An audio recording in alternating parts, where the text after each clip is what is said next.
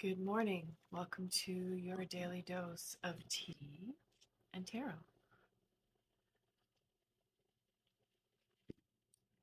Let's check out what these cards have to tell us this morning.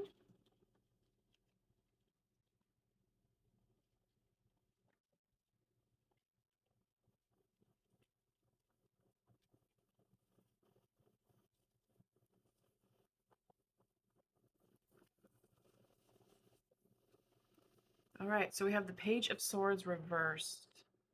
There is um there's a message that you're not receiving, or there's a young person in your life and you might feel like that you're not getting through to them as much as you would like to. There's a lot of learning that goes with the Page of Swords, or a lack of learning. Like there's a lot of learning required. There is room for improvement when the Page of Swords pops up in a reading. And this could be on your end, or it could be a person in your life. You might be a young person that needs to learn how to level up your responsibilities, your accountability, and most of the time it's centered in communication.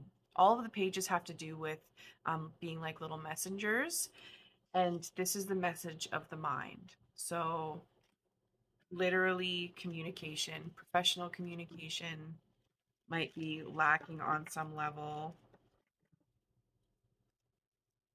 and you just need to think about the ways in which you can improve, basically. uh Lots of celebrating happening. You're feeling good, which is awesome. This is like the little me party card. There can be a little bit of overconsumption involved in that, and maybe that's where you kind of have to set your mind on not being too, um, what's the word, extroverted, like just calming down a little bit, worrying about what other people think. If you don't show up to the party, like FOMO, this this could be some FOMO, fear of missing out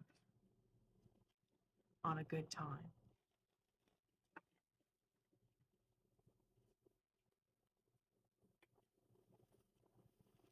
Queen of Cups, so more heightened senses of emotion. This could be your like um, like a mentor, an emotional mentor, somebody that you're learning from. This could also just be energy that you're channeling because you want to level up emotionally and nurture your mind, become more emotionally intelligent. And that has a lot to do with being able to recognize what it is exactly that you're feeling and learn how to communicate it effectively. Those are skills that require practice and sometimes some help in navigating through them. And if this queen shows up, she could be like a mother figure or an auntie, a teacher, and emotional labor. Also, how to be present to the needs of others and how to set your mind to being able to do that is really important. It might be a little bit uncomfortable for you. There's a lot of things that we have to unpack when we're learning how to do emotional labor for other people. There's a lot of discomforts. There's a lot of learning how to see things differently, and subconsciously, you're kind of in that right now.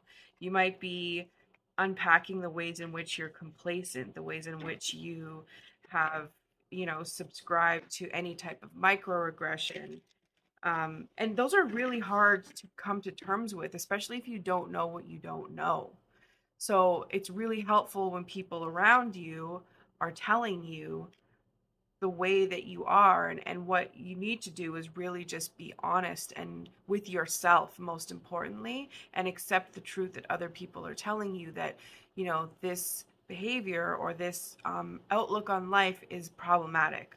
So need to do the uncomfortable work, emotional labor, of learning how to be okay with the fact that we were wrong, and then figure out the best way to improve and stop being that way. It's like brand new kind of me. That's the best way of looking at it. New and improved.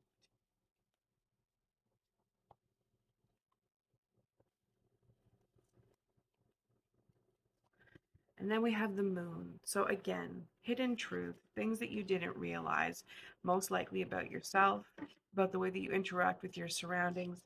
The moon card is not always the greatest card, despite, my love for the moon, our love for the moon. This card, it can be quite dark. It can be quite dark. So the things that you feel, the things that you don't know about, hidden truths can be kind of ugly. And that's okay. Right? It's okay. It's just a matter of how we react and process and deal with it. And we are doing exactly what we need to do in the near future. This shit's going to come to an end.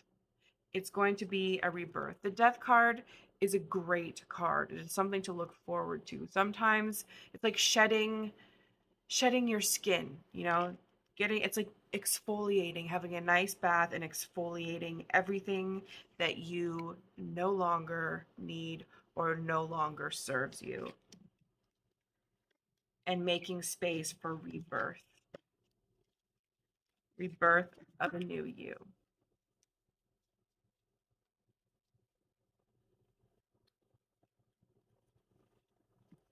And judgment. So awakening. These two cards, wow, like this is very powerful. Like there's nothing but transformation happening for you. It's very overwhelming for first thing in the morning, but it's also amazing. Like, why not? Why not start our day with some serious transformation?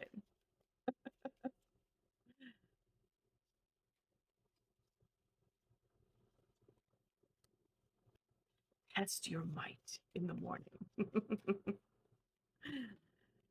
Others see you as being, so this could go different ways. Could be a bit of a hoarder with your energy on some level. Uh, Also, giving of yourself, or kind of like, I'm trying to figure out how to say this. It's like people might be sucking your energy and you're just trying to hold on to it. You might be stuck in a spot where you're dealing with like the rat race, the crabs in the bucket, and like what you're trying to do is just kind of hold on to everything and keep your crap together. And it might be debilitating in some ways because it's like refraining from you moving forward to get out of that bucket.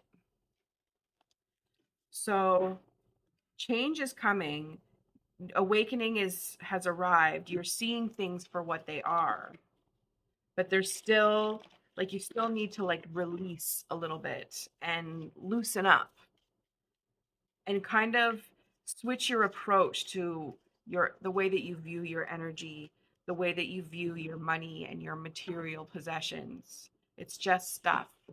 And then there's also the fact that your energy might need you to be a little bit more, putting some more effort into protecting it so that you can loosen up and not feel like you need to hold on to it.